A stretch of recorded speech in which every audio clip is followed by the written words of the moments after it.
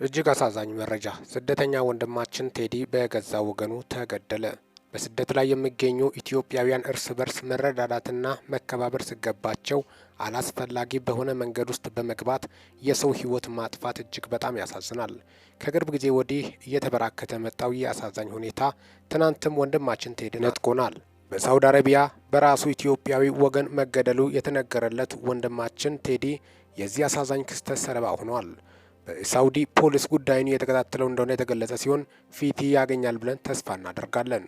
እጅግ አሳዛኝ ነው። እንግዲህ በጣም በሚያሳዝን ሁኔታ ቴዲ ራያ በመባልም የምታወቅ ወጣት ነው። ምስሉ ላይ እንደምትመለከቱት ስደት ሀገር ኢትዮጵያኖች እርስ በርስ መረዳዳት ትቶ እርስ በርስ የሚገዳደሉበት ሁኔታም ነው። በጣም አሳዛኝና አሳፋሪ ድርጊት ነው። ይህ ደግሞ ለቀጣይ ወንድሞቹም የሆኑ ኢትዮጵያኖች በሄዱበት ቦታ ሀገራቸውን የተለያዩ ዓለም ክፍል ኢትዮጵያኖችን አሁን እየጠሉ እየመጡ እንደሆነ ጭምርም ነው።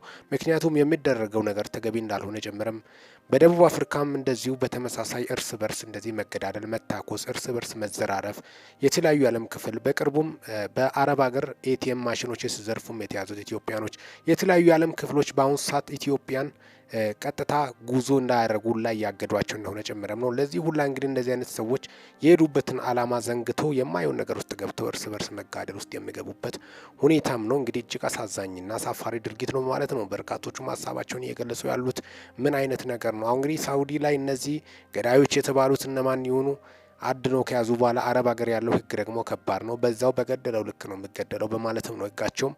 ስለዚህ ይህን ሁላ ነገር የሄዱበትን ዓላማ ለምንድን ነው የምዘነጉት? ምን አይነት መንፈስ ነው ማለት ነው? በርካቶቹም ሀዘናቸውን እየገለጹ ያሉት የቴዲ ህልፈትን በማስመልከት በርካቶቹ ሀዘናቸው በእንባ እየገለጹ እንደሆነ ጭምርም ነው።